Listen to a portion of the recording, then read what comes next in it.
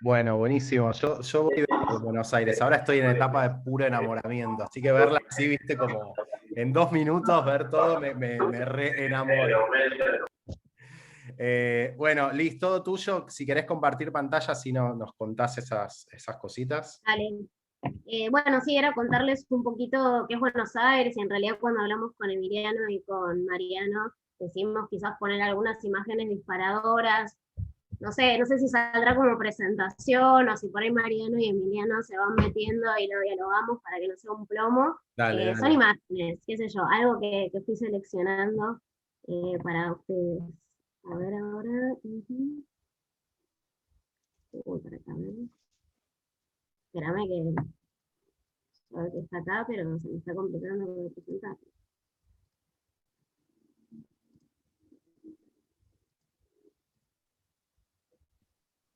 Es que no lo veo. Acá. Bien. Ahí vamos. Ahí vamos. Bueno, no, primero contarles un poco qué es Open House, que la verdad que Open House para mí es un evento que hago con amigos, principalmente sobre la ciudad de Buenos Aires, que la verdad me emociona y me enoja y todo lo que nos pasa con Buenos Aires, o por lo menos a mí me pasa, pero bueno, nada, ahí veía un poquito lo que decía todo el mundo de Buenos Aires y creo que comparto con muchos, y la realidad es que es mi vida, son mis amigos, es mi familia y es mi profesión y todo lo demás. Y no, quería acá, bueno, empecé a seleccionar un poco algunas imágenes, como que me quería meter más en el tema vivienda, y hay algunas que son más imágenes como bien de esas arquitectónicas y otras que en realidad muestran más como el uso de esos espacios. Y me pareció obligado a arrancar un poco con este edificio, el barrio Parque Los Andes, que tal vez muchos lo conozcan. Eh, es un edificio que a mí me fascina, primero porque es un edificio de vivienda pública, que en su momento era vivienda pública en alquiler, algo que ahora en Argentina casi está impensado. Después tuvo todo un proceso de esos inquilinos transformarse en propietarios y cómo fue cambiando todo ese espacio común que ven ahí en la imagen. Pero lo que tiene de rico es que genera un microclima, y cuando veía un poco el hilo de todas las imágenes, creo que las palabras eran microclimas y oasis dentro de esta ciudad tan compleja que esos arquitectos, esos usuarios, esa gente que los habita genera. Y acá, bueno, la imagen muestra en uno de los eventos de Open House, el del 2019, creo que fue el último que hicimos verdaderamente presencial y que tenía el espíritu de Open House, que, bueno, Mariano me decía, explica un poco qué es visitar durante un fin de semana diversidad de edificios que nos interesan y que creemos que interesan a la ciudad de Buenos Aires. Y acá, bueno, los vecinos armaron su propio evento. O sea, el evento tiene esta cosa de que si mostramos 150 edificios, son 150 eventos distribuidos en la ciudad. Y acá los vecinos armaron una choripaneada, o lomitos, porque ellos dijeron que a lo largo del tiempo al principio le parecía que eran choripanes, pero ahora la gente come lomitos, ya no come más choripanes. Aparentemente nos cuidamos. Entonces, con eso que recaudaban y todo lo que se armaba ahí de poderse quedar en ese patio increíble que tiene el barrio Parque de los Andes, recaudaban fondos, y con eso ellos tienen una asociación de vecinos muy rica que hacen muchas cosas por el barrio, la asociación que tiene la revista, el reciclaje. Así que es una imagen que un poco condensaba todo eso, lo que son ellos como autogestión de su propio edificio y de lo que le brindaron al evento desde ese lugar. Y después acá es otro edificio que a mí me encanta, o sea, yo soy muy fan de las cooperativas de vivienda, que tienen esta cosa de acceder a la vivienda, pero a través de todo un proceso de vecinos autogestivos, que la diseñan con su equipo técnico, y que en general le dan mucho valor a estos espacios que no son ni privados ni públicos, que son comunes, yo les llamo colugares, porque tienen esta cosa de co-creados y de establecer un lugar más que un espacio. Y bueno, ahí se ve cómo utilizan el espacio. Y si lo remitimos un poco a pandemia, que creo que estos espacios no surgieron con la pandemia, ni la pandemia los aceleró, sino que la pandemia creo que les puso luz a estos espacios, porque ayer, por ejemplo, lo fui a visitar esta cooperativa, y bueno, contaban cómo el espacio, estos exteriores que tienen y que se vinculan con este espacio exterior más comunitario y más compartido, los salvó de la situación de encierro, ¿no? Así que bueno, esta es la cooperativa La Fábrica, que atrás de esta cooperativa está el movimiento de ocupantes inquilinos, o sea que tiene una cosa de creación y de producción de la vivienda muy rica a nivel social, y me parecía que era interesante compartírselas porque crea un oasis y un tejido urbano muy distinto a lo que solemos ver. Y después ahora yéndonos más a una imagen interior, ¿no? Esta es Quintana, que es un edificio que también recupera algo de esto de la covivienda o del vivir compartido, donde son, creo que son 9 monoambientes y un par de departamentos un poquito más grandes, donde quizás ahí apiñaron en la imagen que se ve lo que es cocina, baño, la cama, el lugar de guardado, que es otra de las cosas que en pandemia creo que nos hicieron falta porque teníamos un caos, todos ordenados, estábamos todo el tiempo ahí, y tener esos lugares de guardar eran espectaculares para ordenarnos la cabeza, ¿no? Pero que también con esto de la creatividad a veces, o por lo menos a mí me pasa, necesito un poco de orden y de limpiar el entorno para poder pensar. Y ellos lo que hacen es extender toda su vivienda a través de espacios comunitarios, y ellos lo cuentan como que son tanta cantidad de vecinos y tanta cantidad de perros, como perros tengan ellos y habitan los espacios comunitarios. Así que este es un proyecto de ir arquitectura, que además, si tenemos que mencionarlos a ellos como personas, son un montón, por eso deciden también ponerse un nombre que no es el nombre de ellos, y hay algo de eso compartido que no está en la individualidad de cada uno de los arquitectos. Me parece que esto es algo que empieza a pasar y que es muy rico y que no surge de la pandemia, que ya venía apareciendo. Así que era algo de lo actual que está pasando en ese sentido. Y esto, bueno, esto es un poco los proyectos de reurbanización de barrios, y donde acá esto común en los barrios, lo que pasa es que el Estado no está, el Estado empieza a aparecer, y todo es privado, o sea, todo es la vivienda privada, y todas esas calles que empiezan a ser medio comunitarias, y acá es donde se dan estos procesos creativos, participativos con esas personas en el barrio. Esto es algo que está pasando en la ciudad de Buenos Aires, que parece bastante increíble que suceda, pero ahora la imagen que viene es la imagen de todo el barrio, de las viviendas, y toda esa sucesión de proyectos fueron surgiendo a partir del trabajo colectivo y de cómo todos esos patios, esos puntitos verdes, son los que le van dando calidad de vida a estas familias, a estas manzanas.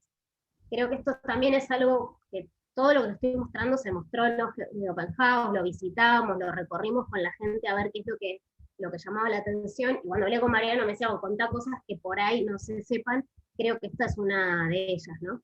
¿Dónde queda, Elise, ese barrio? Es en Lugano, es Ajá. la Villa 20, el barrio 20, y la verdad que desde hace 5 años hay un proceso ahí muy grande, donde también se está revisando qué es la vivienda, qué es el compartir espacios, cómo los consorcios, toda esa complejidad. Y bueno, y en pandemia el hecho de haber trabajado de esa manera también permitió salvar unas situaciones de emergencia extremas, desde vacunarse hasta todo lo que hubo que hacer mientras la vacuna, ¿no? Así que bueno, me parecía que estaba bueno también mostrárselo, porque es algo que ocurre en vivienda, que ocurre en procesos de urbanización. Y también vos decías, Buenos Aires como hogar, la vivienda como hogar. Yo creo que estos barrios de la ciudad que todavía no están integrados es como otra escala intermedia entre Claro. la vivienda y la ciudad, porque es otro hogar que para los vecinos son muy propios. Bueno, estas son otras viviendas en los mismos procesos, pero ahí en Chacarita, que también esta cosa del patio, de lugares de estos, que se ponen en juego. Esto, Liz, Sí, que mostrás de patios o espacios comunes, sí. ¿particularmente es algo que te gusta o es algo que crees que está empezando a hacer más tendencia o a tener más en cuenta? No, bueno, es algo que yo investigo hace mucho. De hecho, bueno, mi tesis doctoral tiene que ver con estos espacios comunes a distintas escalas, estos lugares. Yo creo que sucede hace mucho tiempo. Creo que, porque les decía, me parece que quizás la pandemia vino como a ponerle el acento a algunas cuestiones, pero creo que esta cosa de generar mayor calidad de vida, que existan estos espacios que no son ni privados ni públicos, que son intermedios, donde lo que se juega ahí es la convivencia con el otro, la toma de decisiones, el conflicto, que también es necesario cuando uno comparte, ¿no? En estas relaciones más fraternales, digamos, o más entre vecinos. Pero sí, creo que son espacios a ver, que se vienen como desarrollando, pero que claramente, y bueno, Emiliano obviamente debe tener su mirada sobre estos espacios seguros, son espacios que hay arquitectos que siempre le dieron bola, es el espacio intermedio, es el umbral, es el lugar que no es ni privado ni público, pero bueno, creo que ahora quizás, no sé, a mí me interesa hace mucho, hay muchos arquitectos que me interesa hace mucho, hoy quizás con la pandemia lo podemos contar desde otro lugar, no sé, pero bueno. Hay algo de, y lo meto a Emiliano en la charla, hay algo pienso, de recuperar lo que cuando nosotros éramos chicos nos decían que pasaba en la calle y que después nos metimos mucho para adentro y que hoy tal vez empieza a surgir este espacio. Sí, total, para mí es como recuperar ese barrio que quizás lo empezamos a perder un poco. Digo, sí, cuando éramos chicos ya jugábamos en la vereda, ya es algo que yo con mi hijo no lo haría, o por donde vivo no lo haría, o no tengo el tiempo de hacerlo, o los tiempos de calidad para poderlo hacer. Y creo que estos espacios recuperan algo de eso, y también extienden los metros cuadrados de esas viviendas, que a veces son más chicas, porque no accedemos a metros cuadrados propios de calidad verdadera, y entonces, bueno, estos espacios empiezan a tener esto de que sea más sustentable como nuestra vida cotidiana a través de estos lugares, que es difícil también de generarlos, pero bueno, creo que hay algo de eso. Bueno, bueno, y esta ya ahora nos vamos como más a una vivienda unifamiliar, la casa Holmer del estudio Borraquia. No, y traía esta casa sobre todo porque es una casa que intenta también esto del microclima dentro de un tejido de manzana, entre medianeras, y que a su vez es una casa interesante porque lo que ven ahí todos esos tubitos, en realidad es todo un sistema de climatización de la casa por donde circula agua fría y caliente. La casa estuvo en seco, y la casa, cuando quizás las imágenes no lo muestran, pues es una casa muy difícil de sacarle fotos, por lo menos para mí que no soy fotógrafa, porque todo es un juego de reflejos entre lo que pasa afuera y lo que pasa adentro. De hecho, hay algún triangulito por ahí de la casa que es interior, pero que le está creciendo la enredadera y no pasa nada, y es lo que buscaban. Y cuando hablamos con los que habitan esta casa, decían todas las transformaciones que tiene la casa cuando llueve o cuando el cielo cambia de color, por eso como que toda la casa cambia de alguna manera. Y me parecía que hay como un entrevero de todas las variables que uno tiene cuando por ahí diseña una casa, la vive en esta casa, ¿no? Y todo el trabajo que hicieron estos arquitectos con los que habitan la casa, que les interesaba mucho esta cosa de la climatización y todo ese sistema, lo armaron más bien los dueños de la casa. Entonces la traía porque es como un oasis donde se mezcla mucho la vegetación, el baño, hay un tanque donde tiene como la humedad del tanque y pasa por abajo del toilet de la casa. ¿Qué dicen? El toilet, hiciste todo eso, pero es maravilloso porque entras a ese toilet y tenés los pececitos ahí abajo, es como maravilloso. Y esto es en la parte de Donado Holmer, que también tuvo muchas transformaciones urbanas, y ellos medio que fueron como siguiendo esa transformación, y están ahí casi como una linterna, porque si ves imágenes de noche, es casi como una cajita iluminada exenta de la medianera, que no están pensados en un terreno chiquito, ¿no? Bueno, y esto es otro edificio, el edificio Salvador, que es más de oficinas, pero lo traje porque creo que hay algo en la vida laboral que empieza a mezclarse con la vida cotidiana, esta necesidad de ablandar un poco la vida laboral, porque nos pasamos horas trabajando en muchos casos. Y bueno, esta es la terraza de ese edificio, donde también hay muchísima vegetación, si lo ven es un lugar que tiene distintas especies de plantas. Yo traje esta porque me llamaba mucho la atención esto del pasto, todos los edificios atrás, que en realidad estamos en un cuarto piso, y me parecía maravilloso todo esto que se ha hecho para un espacio de oficinas, con espacios amplios para la conversación, digo, donde se pone en juego como otros valores, ¿no? Entonces, bueno, lo traía como para meter algo que no sea tanto vivienda. Bueno, y estos son los PHs, ¿no? Como, no sé, los PHs de los arquitectos más contemporáneos, creo, ¿no? Porque arquitectos quizás de mayor edad no hagan PHs, pero ahora hay mucha cosa de meterse en estos interiores de manzana y de buscar esos cielos, ¿no? Creo que hay algo de eso. Y acá traje el PH de Alonso Cripa, de Mariano y de Ludmila, que quizás es mucho más blanco y más puro, y tiene esta cosa más de volumen, y busca el cielo, y qué sé yo, y es divino el PH y todos esos patios. Y tiene unas terrazas, y tiene para hacer asado, y es como que tiene todo casi en el centro de manzana, y va creciendo como un bicho buscando esa luz. Pero después tenemos este, que es más de Constanza Chiosa y Pedro Manganasco de H. La Valleja, que es distinto, porque es más como unas losas, unas superficies, y se van envolviendo por toda esta cubierta. Nos contaban, era casi una habitación en el fondo de un PH, y ellos explotaron teniendo esto, ¿no?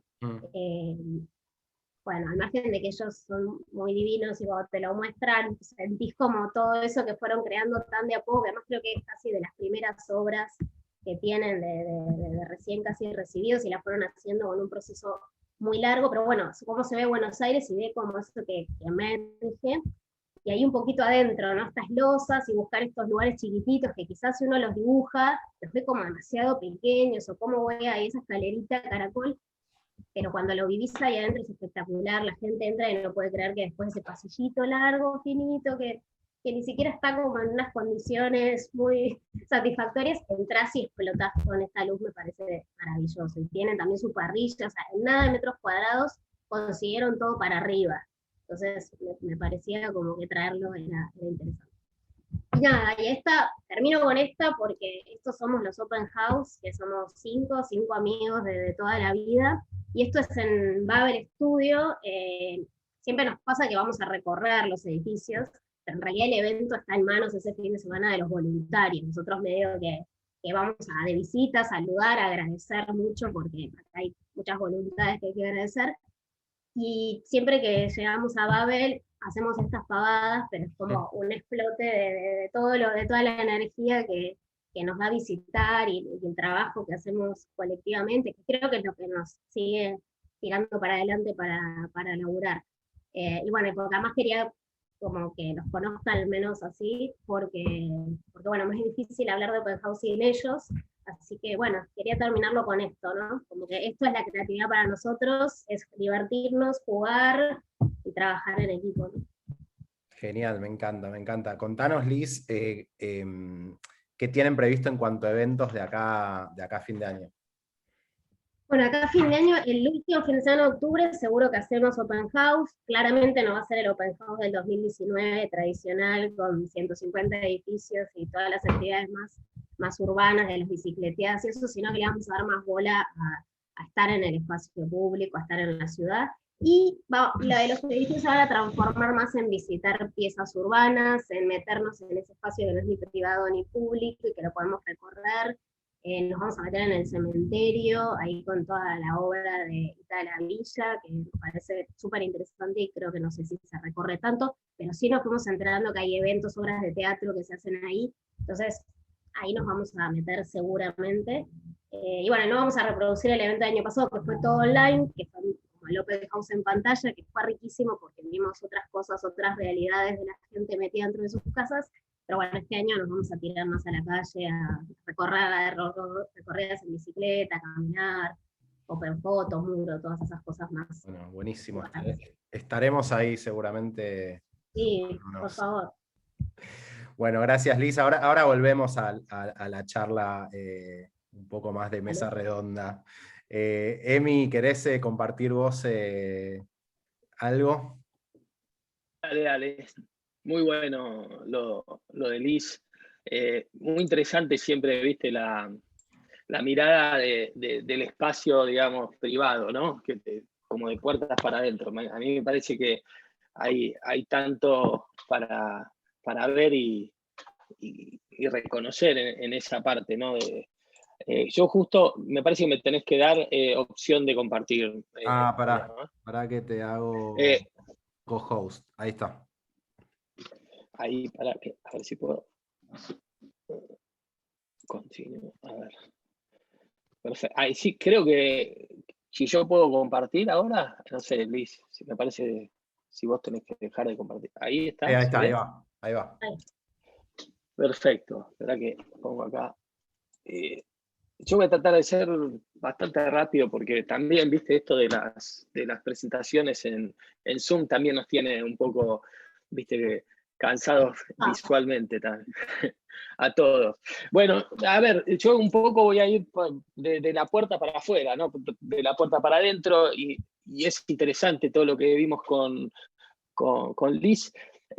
A mí me parece que también tenemos que ver qué contexto teníamos antes de la pandemia para entender también lo que nos pasó en las calles, ¿no? Esto es el Death Valley en California, donde se registraron las temperaturas más altas de la historia, 55 grados el año pasado, y de alguna manera con las inundaciones en Europa, en China, los incendios en Córdoba, en California y en Oregon. Estamos viendo en Turquía, estamos viendo también que, digamos, el contexto de nuestro territorio se estaba poniendo en juego mucho antes de la pandemia, ¿no? Y justamente mucho antes de la pandemia también se ponía en juego la manera en que el transporte público se definía en estos grandes centros urbanos, como pueden ser las ciudades en las que nos toca vivir, ¿no? Buenos Aires, las ciudades de clase mundial, Buenos Aires, cualquiera de las otras ciudades de clase mundial, tenían, o mejor dicho, venían ya con bastantes problemas, no solo en el transporte público, sino también en el privado, ¿no? O sea, el hecho de que estas ciudades, y justamente después vamos a charlar un poco más, ¿no? La pandemia un poco hizo eso, ¿no? Como que de alguna manera definió algunos problemas y puso en juego cosas que por ahí se estaban tratando de contener, ¿no? El hecho de que la gente y el éxodo hacia lugares periféricos empezó a ser como algo como la solución. Yo creo que era el problema antes y va a seguir siendo el problema después. O sea, de alguna manera eso me parece que es lo que pasa. Pero también, por el otro lado, el hecho de vivir en las ciudades implica también de vivir en situaciones donde la complejidad social también nos muestra la cara, ¿no? No solo es el problema de la ciudad en sí misma como un lugar para vivir, sino que es también para entender qué podemos hacer, ¿no? En esa realidad física que nos toca vivir, también nos toca vivir en otra realidad casi paralela y casi con la misma potencia y con la misma relevancia en una digital, ¿no? Vivimos en esta era donde todos nosotros nos estamos todo el tiempo preguntándonos cuál es, digamos, el control del espacio en un lugar que es físico y el control del el espacio y el tiempo en otro lugar que es digital, ¿no?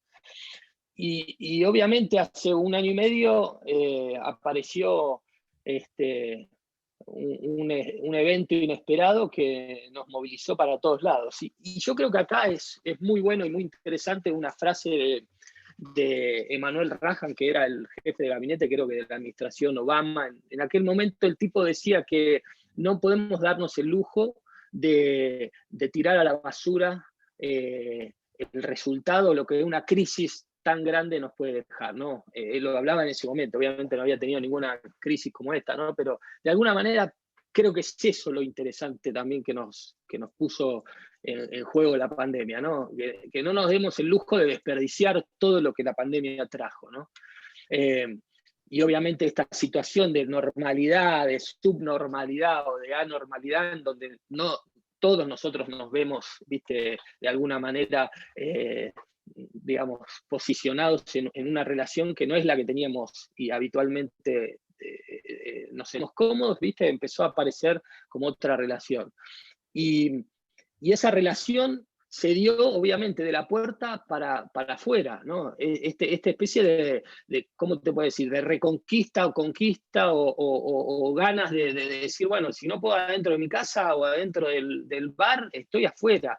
Y empezamos a tener esa relación con lugares como, por ejemplo, el espacio donde estaban los estacionamientos para los coches durante todo el día, se convirtieron en estos lugares a donde la gente, en principio, en este caso, solamente relacionado con lo directo, ¿no? Con lo comercial. Pero si ese espacio no solo es relacionado con el plano vertical de lo comercial que hay ahí, justo enfrente del espacio del estacionamiento, creo que también podemos hablar de otros temas mucho más interesantes que solamente el haber reconquistado el espacio del estacionamiento para expandir, obviamente, y para tener la capacidad de seguir transformando un poco la situación a partir de la pandemia, ¿no? Pero obviamente todas estas revoluciones o este acceso o este debate del espacio público transformado también no siempre está bien, y no siempre está bueno, y no siempre deja algo positivo, ¿no? Es entender que hay un espacio ahí, y que hay un espacio muy importante para debatir y para discutir, y es de la ciudad y es de todos, pero de alguna manera tenemos que entender de qué manera lo hacemos, ¿no? Estos son en Nueva York, obviamente pasó lo mismo en Buenos Aires, pasó lo mismo en Portland, hay un montón de ciudades del mundo que tuvieron como esta necesidad de empezar a usar la calle como otro espacio, ¿no? En el mismo momento que empezamos a entender eso, también empezamos a entender que nuestra relación con los sistemas no son solamente entre personas, ¿no? Bruno Latour en 1970 hablaba de la teoría del actor en red, y en ese momento él presentaba esta relación de que las personas hasta ese momento era como una relación lineal, ¿no? Persona a persona, y en ese momento él planteaba como que esa relación ya se estaba discutiendo y se iba a plantear de otras maneras, ¿no? Personas, máquinas, y hoy más que nunca nos pasa todo eso, ¿no? Nos pasa que nos levantamos a la mañana, por ahí chequeamos el teléfono, le preguntamos algo del teléfono que no sabemos, de alguna manera esa relación entre personas ya no corre más, ¿no?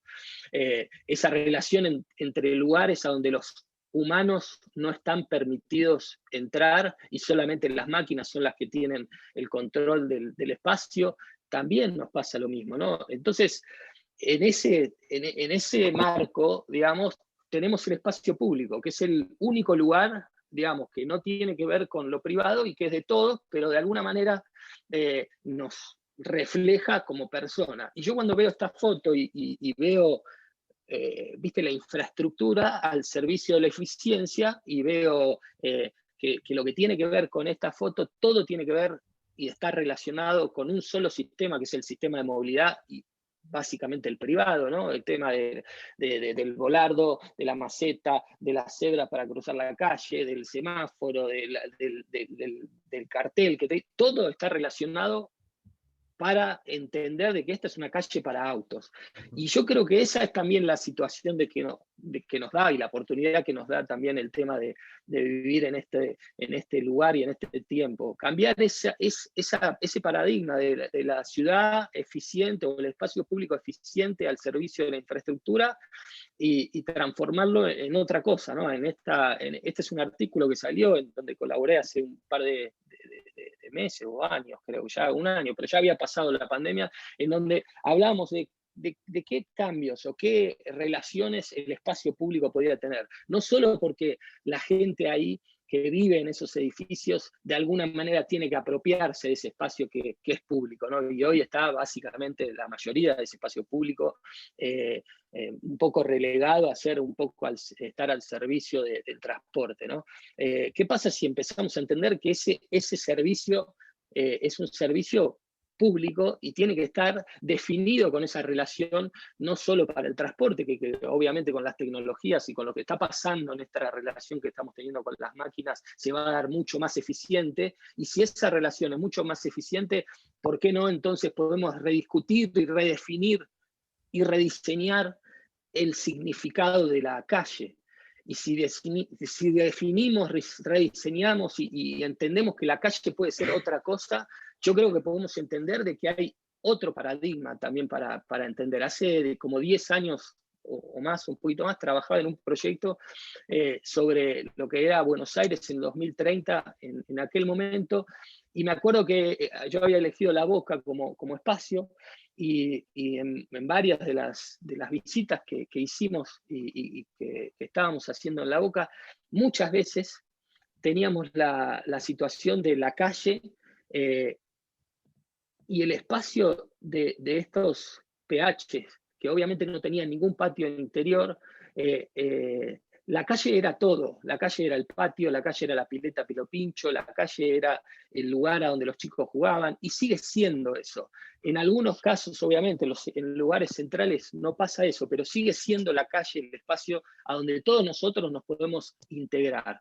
Esto ya está pasando, esta es una foto que saqué hace 3 semanas, y hay ya, viste, esta relación de tener una sola, única superficie activa, en vez de tener la vereda, el cordón, la calle, los carriles para los autos, los carriles para las bicis, el espacio para el estacionamiento, ya empezamos a ver que hay otra relación con esta única superficie que puede llegar a ser algo, ¿no? Y por último, creo que lo que tiene Buenos Aires y lo que tiene siempre y tuvo siempre la calle, y Buenos Aires fue pionera en el mundo de eso, es esa relación de tener un espacio público activo y muy importante, y en donde pasaban cosas, ¿no? Y de vuelta, el paradigma de que las calles son espacios para moverse, yo creo que tendríamos que empezar a entender de que las calles son espacios para estar también, no solo para moverse. Por eso el hecho de la peatonalidad y el hecho de la bicicleta, son hechos creo que correlativos con el hecho de que sean lugares para moverse.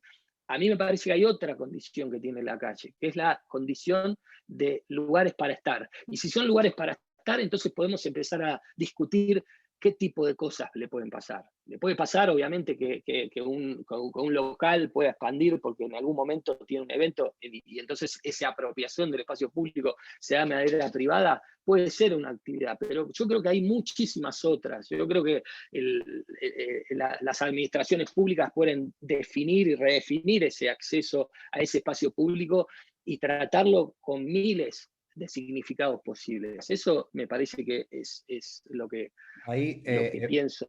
Emiliano, cuando charlamos un poquito antes para preparar esta charla, nos contabas o surgió esta frase que a mí me encantó, que es como que uno de los peores males de la pandemia fue que la gente se quiere ir a vivir al campo, ¿no? En vez Totalmente. me encantó eso como definición, porque obviamente va en línea con este cambio de paradigma que estás planteando, ¿no? Es como que era... Yo creo que eso, Mariano, es lo que de alguna manera me parece que tenemos que discutir y defender. El espacio urbano y la manera en que nosotros entendemos el espacio urbano, ponerle en ciudades como Buenos Aires, es lo único que nos puede... me parece que dar algo, ¿no? No solo por la pandemia por ahí vino a potenciar algunos conflictos que ya veníamos teniendo, o sea, el transporte público, el transporte, digamos, privado, que de alguna manera se hacía cargo de un problema que la ciudad no podía resolver. Yo creo que hoy, más que nunca, el defender el hecho de que la calle se puede redefinir como ese espacio que por ahí fue a principios del siglo XX. Si vos ves las fotos de Buenos Aires, de Los Ángeles, de Nueva York, de un montón de ciudades de todo el mundo, en donde la calle no solo era un lugar a donde pasaban los tranvías, pasaban los carruajes, ¿viste? La gente se transportaba, sino era el lugar a donde estaba todo, ¿viste? Y pasaba todo. Y eso no es una condición de la calle del siglo XX o de principios del siglo XX, es una condición de la calle cuando en Mileto, hace 2500 años, y Podamos diseñó la primera ciudad planificada, en teoría, de Occidente. Entonces, de alguna manera, ese significado que tenía la calle, que siempre tuvo la calle, me parece que es de alguna manera lo que hoy tenemos que tratar de defender, ¿no? Obviamente cambian las cosas, cambian los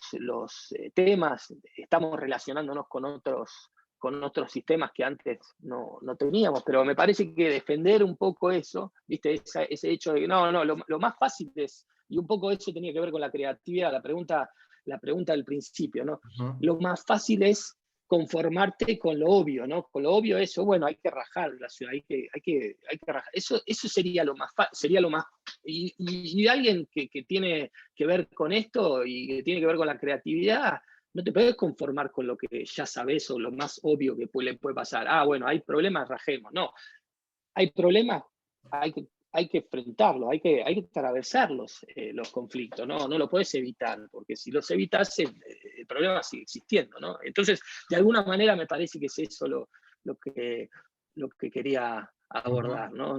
Yo soy un enamorado de Buenos Aires, por eso me duele mucho cuando escucho que la mejor solución para para estos momentos es salir para afuera, ¿no? O evitarla. No hay que evitarlo. Yo creo que se pueden redefinir un montón de cosas dentro de la ciudad que son súper importantes, ¿no? También surgió mucho, Liz, el tema mucho digo en nuestra conversación previa, el tema de la participación ciudadana como fundamental, ¿no? Sí, total, no, yo con lo que decía Emiliano, digo, me ponía a pensar esto del uso de la calle, también como la incorporación más real de la temporalidad, ¿no? Como no es se usa para una cosa, se usa para la otra. Creo que hay algo de incorporar el tiempo y en qué tiempos, y esa cosa de también algunas actividades más efímeras, y colocarnos casi como en ese paradigma del entre las cosas, entre tiempos. Entonces me parece que en eso que decía Emiliano y en cómo se puede utilizar la calle, también empezar a hilar un poco más fino, ¿no? O sea, una calle no es para los autos solamente, pero también es a lo largo del día cómo se puede utilizar. Creo que eso también es algo de lo que nos trae como este urbanismo más pensado desde las personas y desde cómo utilizan los espacios y en qué horarios, y que no todos lo utilizamos de la misma manera, y que cada uno tenemos un uso del tiempo de las ciudades diferente, por las actividades que hacemos, por las responsabilidades, por con quiénes estamos y a quiénes tenemos que cuidar. Y me parece que eso que decía Emiliano, o sea, nos lleva a una incorporación de la variable tiempo con el espacio, que tendría que ser como mucho más fuerte, y que creo cuando se diseñan las ciudades, no pasa en todos lados, pero a veces es solo como una cuestión más de distribución espacial, pero creo que también hay una cuestión de la distribución en el tiempo para el uso de todos que somos diferentes, ¿no? Y la participación ciudadana tiene que ver con eso, o sea, tenemos que entender para quiénes y estar al servicio cuando hacemos política pública, cuando diseñamos el espacio, de contemplar todas esas necesidades de uso, esos quereres diferentes de lo que se hace con la calle, de soltarnos un poco, ¿no? Como de no va a pasar nada si en un momento cerramos una calle para que suceda una cosa, bueno, si alguien no puede pasar con su auto, que es como las cosas que te empiezan a caldear la cabeza cuando tenés que tomar algunas decisiones más desde el Estado, ¿no? Porque van a salir tales a reclamar que cómo cerraste la calle, que cómo vaciaste de estacionamiento, que cómo pusiste una fiesta, un banderín. Parece como que soltarnos un poco, y ahí es como la sociedad nos tendría que ir diciendo a todos los que estamos como tal vez más con la cosa, bueno, sí, diseñamos esto, lo implementamos, ¿no? Y ahí creo que lo que dice Emiliano es importantísimo, ¿no? Lo que nos dejó la pandemia, usarlo a favor y empezar a entender esas heterogeneidades, ¿no? En las necesidades del uso de la ciudad, que realmente son muy distintas, y empezar a entender que lo que para uno es obvio, para otro no es nada obvio, y lo que para uno puede ser un problema, para otro es por el contrario, ¿no? Y creo que ahí está algo de la participación ciudadana real, ¿no? Cuando uno va realmente a escuchar a un otro, para hacer con ese otro, y no poniéndose arriba o abajo, sino que con ese otro empezar a dialogar, a debatir, y a ver qué es lo que quieren, qué es lo que se necesita. Así que hay algo de eso. Hoy en general ustedes notan que las ciudades no están pensadas justamente en base a la usabilidad que le podemos dar los ciudadanos, o sea, están muy alejadas de eso. Creo que es muy grande la frase de no están pensadas las ciudades, creo que hay ciudades que sí, hay sectores de ciudades que sí, hay pedacitos que sí, pedacitos que no. Digo, creo que después empezamos a hacer ese doble clic de dónde sí, dónde no, dónde se necesita algo más, dónde hay que complementar con algo más, dónde hay que cambiarle un poquito, dónde no, como dejar de tirar como unas frases tan generalizadoras de todo, ¿no? Me parece que no, que hay ciudades que sí, creo que Buenos Aires tiene un montón de lugares donde existe esta cosa del mix de uso, y la de la ciudad de 15 minutos y qué sé yo, digo, existe, y lo hablamos con Emiliano, y Emiliano insistía en eso, en que eso ya existía, y en muchos lugares existe, y por ahí en los centros urbanos más complejos, o donde su origen fue desde otro lugar que no la vida cotidiana, quizás en menor medida, y tal vez en este momento se retransformen, o también estamos como muy en el problema, ¿no? Todavía como para verlo con perspectiva de qué es lo que va a quedar de esto, o qué tendríamos que hacer. Porque, no sé, el otro día hablaba con alguien y me decía, bueno, pero está pensando reformular el microcentro, pero bueno, o sea, lo que está pasando es ahora, pero no sabemos si dentro de un año qué va a pasar con esas oficinas o cómo se va a usar. Digo, como que quizás estamos todavía muy parados en la pandemia aún, y teniendo que ser como como muy atentos a esos fenómenos que deberían quedar y a esa potencialidad que tuvo el problema y que nos hizo pensar en otras cosas, como decía Emi, ¿no? Como no desaprovechar esto que nos trajo la pandemia, a pesar de lo mal que seguramente la Sí, pasamos. igual, y siguiendo ahí con el punto de Liz, yo creo que una ciudad, ciudades como las nuestras, ¿no? Como Buenos Aires, son obras incompletas, totalmente incompletas. Entonces, esa es una gran virtud. O sea, la obra de arquitectura, si vos pensás la definición de la arquitectura, es decir, bueno, ¿la arquitectura qué es? ¿O qué es un objeto, un producto de la arquitectura? Bueno, es una obra que tiene un principio y tiene un fin. Está ahí, como me la mostró la casa de Holmberg Liz. Entonces, de última, vos vas ahí, la ves, a vos te va a pasar algo, a mí me va a pasar algo, a ella le va a pasar algo. Cada uno de nosotros va a tener como una percepción de ese objeto que está terminado. La ciudad es todo lo contrario, la ciudad es una obra incompleta, o sea, es una obra que no tiene esa capacidad de decir, bueno, acá la estás mirando. Buenos Aires es todo el tiempo diferente y todo el tiempo asimiló. En algunos momentos asimiló una potencia impresionante con unas virtudes y una capacidad de recibir, digamos, estilos, edificios, gente intelectual muy impresionante, y de alguna manera salió una Buenos Aires que tiene una marca registrada de fines del siglo XIX hasta la década del 50, 40. Y después hubo otra Buenos Aires, que tuvo otra condición y tuvo otro tipo de relación, pero que no solo respetó de alguna manera, no respetó, pero siempre estuvo, digamos, transformándose, ¿no? Y sigue transformándose. Y lo que nos pasa hoy es que seguís viendo a esa Buenos Aires que de alguna manera recibe y asimila cosas para obviamente seguir transformando una ciudad que es una obra incompleta, ¿no? No tiene nada que ver con la arquitectura, es algo que siempre nos va a dar como esa sensación de que, bueno, ahí ya la veo, ¿no? Buenos Aires es eso, ¿no? Y todas las ciudades que tienen algo y son interesantes por algo, como es Buenos Aires en la escala global, digamos, tienen esa virtud, ¿no? Tienen la virtud de no ser perfectas, tienen la virtud de ser impresionantemente lindas, tienen la virtud de ser impresionantemente heterogéneas, definiéndola como a Buenos Aires una de esas metrópolis de clase global que es heterogénea. Si vos la comparás contra Nueva York, contra París, contra ciudades que son totalmente homogéneas, que no tienen casi, te digo, conflictos en lo que les pasó a las ciudades. Buenos Aires es ese bicho raro, ¿viste? Porque es impresionante, pero es completamente diferente, porque no tenés, ¿viste? Esa relación perfecta de ¿viste? Todos los edificios de la misma altura, con un poco la misma estilo, mejor dicho, sí. No, Buenos Aires es eso, y eso es lo interesante. Por eso también hay que entender esa razón, ¿no? Ese espíritu que tiene, y no tratar de cambiarlo, porque eso es lo que la hace tan atractiva también, ¿no? Pero bueno, yo creo que ahí pasan también algunas cosas que nos están pasando. Por eso lo que decía Liz, que ahora estamos estudiando, ahora estamos viendo. Sí, la ciudad siempre tiene como virtud el hecho de poder reformularse, modificarse, ser agredida muchas veces, ser golpeada por un montón de efectos laterales, externos, internos, decisiones políticas, pero de alguna manera siempre se las arregla, ¿viste? Como para salir al frente y decir, bueno, pará, pero acá estamos, todavía bien parados. Ahí mi pregunta, Emi, es como, yo coincido, de hecho, creo que lo lindo de Buenos Aires es eso, ¿no? Pero hay algo de planificarse muy heterogéneo versus el dejar que pase lo que pase sin ningún tipo de control. Como que hay una línea que está en el medio en la cual no sé si a veces se confunde.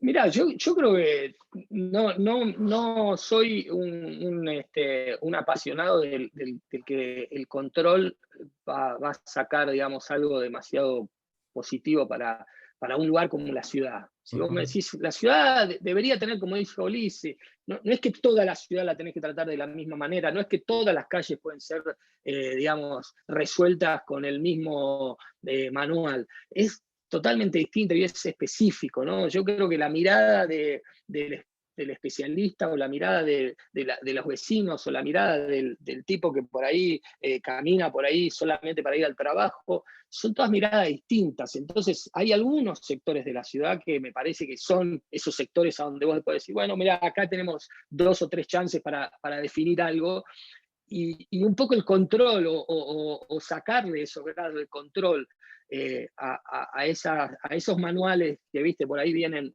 muchas veces como tildados y vienen como exportados de otros lugares, me parece que está bueno. Yo creo que Buenos Aires se banca muchísimo ese tipo de situación, el hecho de reformular y decir, es específico, ¿viste? Vamos a este lugar, a esta parte de la ciudad, vamos al microcentro, pero no todo el microcentro, a algunas partes del microcentro, no todo 11, vamos a, qué sé yo, a Corrientes, a Perón, definamos como sectores a donde por ahí se pueden plantear ciertas acciones que de alguna manera, como dice también Liz, son temporales, qué sé yo, cuando cortaron Times Square en Nueva York, se armó un quilombo durante 3 semanas, nadie podía cruzar por ahí, los taxis puteaban, era todo, al partir de la 4ª semana, era la intervención más exitosa de los últimos Claro. 50 años, porque todos se dieron cuenta que por ahí ya no se podía cruzar más, entonces la ciudad empezó a entender de que ese espacio ya se había redefinido con otro nombre.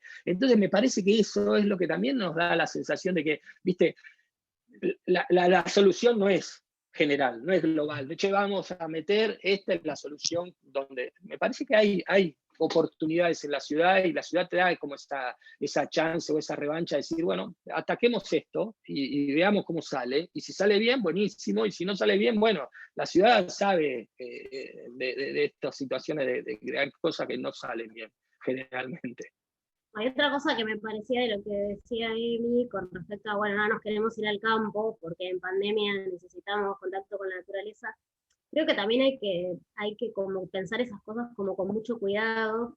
Me parece que es hasta peligroso, ¿no? O sea, a mí me surgieron algunas preguntas de gente que era para justamente debatir de, ¿siguen interesando las ciudades? ¿Siguen teniendo que existir las ciudades? Como preguntas de medio descabelladas de este estilo, pero eran para poder hablar de esto.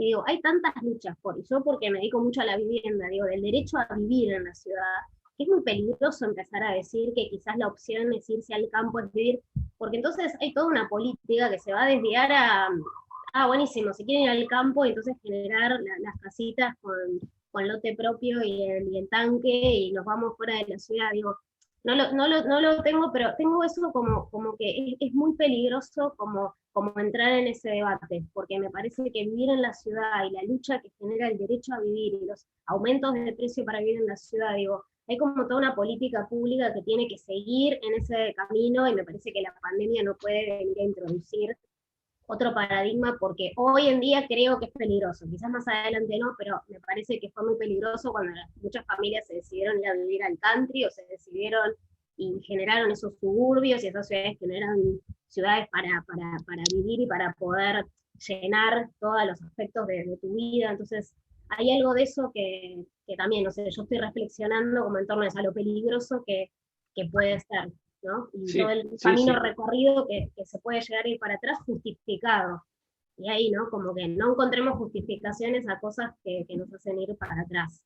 Entonces, sí, no, y yo creo que va en línea con entender de que por ahí lo que más se lastimó en este último tiempo es el valor del espacio público, ¿no? Entonces, volver a la calle no es solamente volver a la calle que conocemos o que hasta ahora, viste, como por ahí planteaba antes, es toda definida para que sea, viste, como una infraestructura específica en función del transporte público-privado. Yo creo que la calle o el espacio público debería, de alguna manera, tomar esa bandera de ser el espacio donde siempre estuvimos. A mí me tocó crecer en un barrio como Floresta, donde yo usaba la calle, yo vivía en la vereda, jugaba un cabeza con un amigo que tenía al lado, y la calle era un lugar a donde de alguna manera integraba otras actividades, no solo las de moverse, ¿no? Entonces yo creo que esa por ahí también sería como una buena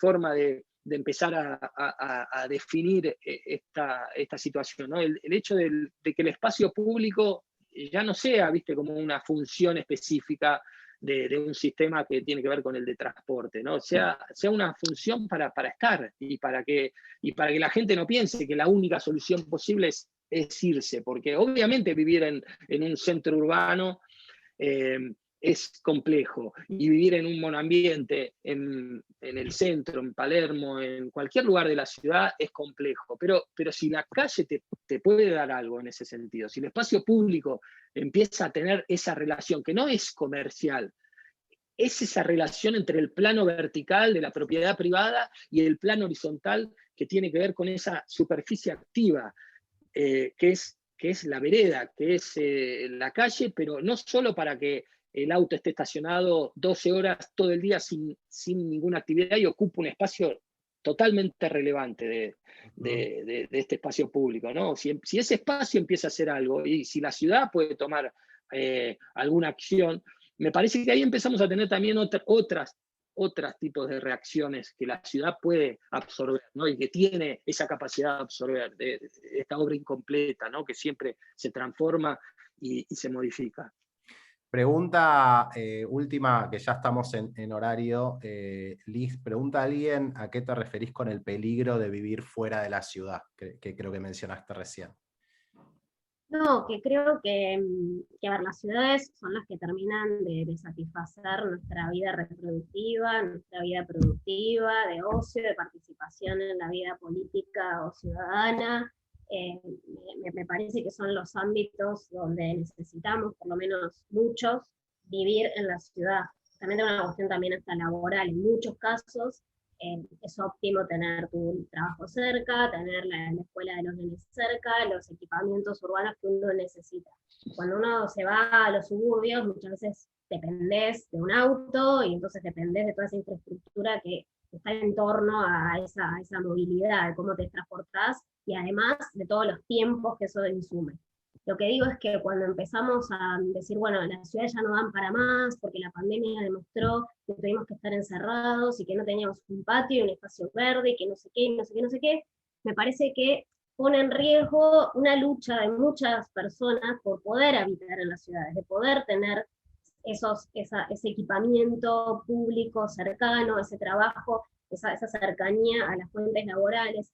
Entonces creo que cuando quizás decimos estas cosas, podemos poner en riesgo, justificar el hecho de incluso generar política pública donde la vivienda la ponga por fuera de las ciudades, justificadamente, porque en realidad lo que queremos es un patio, lo que queremos...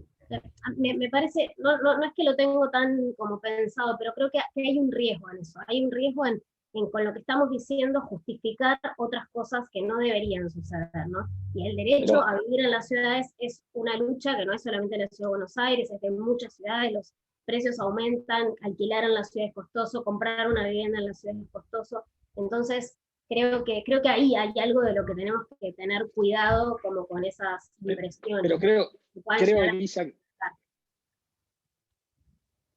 Elisa, que con lo que vos decís, me parece que hay otra parte que por ahí tiene que ver con esa relación de que estos grandes centros urbanos, un poco la pandemia expuso algunos, obviamente, problemas y temas que realmente se planteaban como algo crítico, y también lo sostengo. O sea, hay veces que vivir dentro de una ciudad, en un lugar, por ahí con un, no sé, con un departamento como el que nos toca vivir cuando vivimos dentro de las ciudades, por ahí sí, la pandemia te trajo algunos problemas y te los puso arriba de la mesa. Ahora, si la solución es irse a una casa que no tiene buen transporte público, que no tiene vecinos a donde vos que no tiene un centro urbano cerca, me parece que esa es lo que podríamos cuestionar. Ahora, también podemos pensar que este tipo de situación nos dio la oportunidad de que muchas ciudades que eran intermedias y eran un poco más chicas, tengan la capacidad hoy de, justamente porque el trabajo tiene más más libertades y el trabajo se redefinió y se va a redefinir de otra manera. Y yo creo que empiezan a aparecer oportunidades en esas ciudades intermedias que por ahí hoy estaban como olvidadas, justamente porque las ciudades grandes, las grandes capitales o las grandes ciudades globales un poco atraían todo, ¿no? Atraían el hecho de que la oferta artística era la más grande, la oferta de universidad. Yo creo que hoy la posibilidad de estudiar, la posibilidad de trabajar, la posibilidad de hacer cosas en otro ámbito y con otras condiciones, implica que por ahí pueden aparecer esos centros urbanos que son tan importantes como los centros de los barrios que por ahí tienen las ciudades grandes, en ciudades intermedias. Y ahí me parece que está también otra oportunidad. No, sí, totalmente. También para entender las ciudades no son todo lo mismo, ni todas la misma escala, claro. Eso también está bueno como entenderlo. Claro. Porque ahí puede ser, mucha gente puede decir, che, ya no me la banco más a Buenos Aires. Pues yo vivo acá yo contraponía más los centros urbanos de gran escala o mediana escala contra un suburbio. Digo que sí, totalmente, no lo entendí. Quiero como muchos proyectos de, no sé, terrenos en no sé dónde, porque totalmente. Digo, como hay algo de eso que a veces me suena un poco peligroso desde ese lugar. Pero totalmente, o sea, obviamente la flexibilidad de trabajar desde tu casa y digitalmente, qué sé yo, nos da mucho vuelo a nuestra vida incluso cotidiana. Pero bueno, claro. No solo la vida es el trabajo, entonces hay otras cuestiones, hay otros a los que cuidamos que quizás eso no es así porque, digo, ir a la escuela, yo sigo sintiendo que tiene que ser presencial y que tienen que estar, entonces, digo, hay otros que sí se ven perjudicados por eso. Entonces, bueno, y también, nada, desde cada uno y sus trayectorias de vida y sus tipos de familia, digo, también es verdad que somos todos muy distintos y todos necesitamos cosas diferentes. Pero bueno, lo decía, si te pensamos en la vivienda, hay algo de que quiero alquilar en la ciudad, me es muy costoso, quiero comprar una vivienda en la ciudad, es muy costoso, bueno, guarda, porque hay algo ahí que puede, no sé, filtrar algunas otras ideas locas. Sí, pero igual, exacto. Yo a ver, me parece que también eso de rescatar estos centros urbanos periféricos, que por ahí son donde aparecen estas urbanizaciones, viste, como solución de la vida. Si esos centros urbanos, digamos, periféricos, un poco respetan y reconocen el valor urbano que tienen y respetan un poco, obviamente. Y lo potencian, ahí sería... Yo creo que hay una oportunidad también recontra interesante desde el punto de vista urbano, ¿no? Porque ahí me parece que un montón de ciudades que hasta ahora, viste, estaban como muy, muy deprimidas por el hecho de que las ciudades grandes se llevaban todo, y me parece que ahí hay algo, y hay algo interesante también desde el punto de vista de planificación o diseño urbano que tiene que ver con esa revitalización. Y eso es parte también de que las ciudades siempre, viste, como que tienen una oportunidad, una segunda oportunidad, porque sí, viste, se pueden justamente redefinir. Toda la reutilización o la utilización en distintos tiempos diferente, me parece que eso sí nos hizo como revisar. Que en otras ciudades ya se hacía, digo, usar algunos inmuebles temporales para generar ciertos acuerdos momentáneos, digo, hacerse amigo de un poquito del mientras tanto, hacerse amigo de lo que no es, de lo que no empieza y termina, sino que quizás está ahí en un proceso, me parece que sí.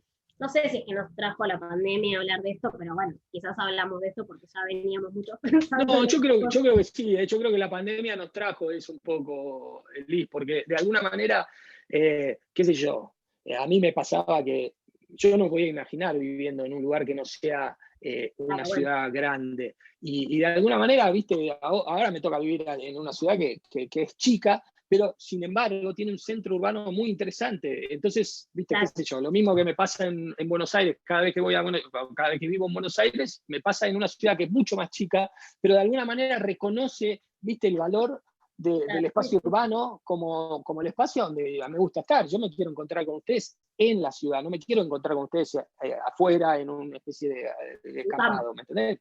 Exacto, y a mí me gusta, Tomás, ¿viste? Hay algo que está surgiendo en esto último que decís ahí en el chat, que tiene que ver con eso, ¿no? Con el encuentro, con el otro, con lo random, ¿no? Con esa interacción que nos da la ciudad, que es difícil de... Encontrarte con alguien que no conoces y empezar a hablar adentro de un bar, o sea, encontrarte con alguien que por ahí te interesa, porque decir, che, mirá, me interesa el look, me interesa esto, y decir, espontáneas, pues, tomar decisiones más espontáneas, cuando algo te queda muy lejos ya lo planificás, y cuando todo tiene que ser tan planificado se vuelve pesado y terminás por no haciéndolo porque la diaria te agobia, entonces, digo, hay algo de eso de la ciudad, decir, sí, salí, como dice a mí, me encontré con alguien, charlé o con un amigo rápido, o hice un cafecito de 20 minutos y está todo bien, se queda ahí. Entonces, en eso, Mirá, ¿no? Como que creo que la utilización del tiempo se vuelve como más óptima. y, Por lo y tanto, todo más eso, rica tu vida, digo, hay algo. exacto. Y todo eso te pasa en la calle. Todas esas cosas que te pueden pasar, te pasan en el espacio público. Por eso, de alguna manera, a ver, yo no es que no veo relevante el hecho de la vivienda, pero sí veo mucho más relevante el hecho de la interacción social, que obviamente se da en otros niveles también, y como comentaba antes, y estamos viviendo con otra relación. Lo digital también nos activa otro tipo de relaciones, pero la relación personal, la relación de vivir un espacio, mirar un edificio, tomarte una cerveza con alguien que no conoces y empezar a hablar son cosas que de la única manera que te pueden pasar es si estás adentro de un lugar que tiene algo. ¿Me entendés? Y si tiene algo, entonces pasan cosas. Si no tiene nada, ¿qué mierda te va a pasar? Nada.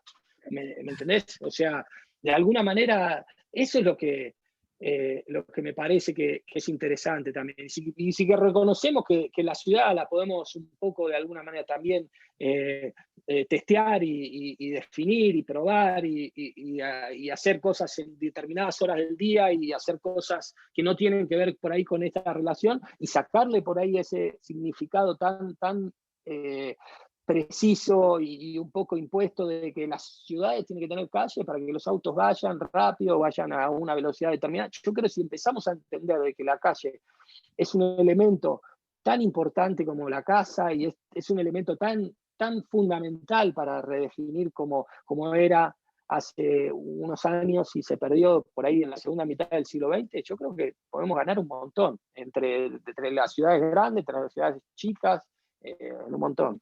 Me encanta la pasión con la que hablan, por lo menos estamos pasados de tiempo, me encanta el tema a mí, y por lo menos a mí me regalaron el entender por qué nunca quise vivir fuera de la ciudad, que nunca lo tuve del todo claro como me queda claro ahora, y aguante vivir en las ciudades y hacer las ciudades mejores. Así que bueno, 1.000 millones de gracias, Liz, 1.000 millones de gracias, Emiliano, a todos los que estuvieron presentes, ojalá lo hayan disfrutado tantos como nosotros. Lau, Marcelo, ex-host, gracias por sumarte, un beso grande. Marcelo, no sé si estás por ahí para hacernos una canción al final que no te veo. Y si no, yo les cantaré algo. No, mentira, no. Bueno, Un placer, también, los la verdad, un saludo. placer. 1.000 Gracias, millones Liz. de Chau, un gracias. beso. A todos nos vemos el mes que viene con otra charla sobre creatividad. Gracias, chao. Chau.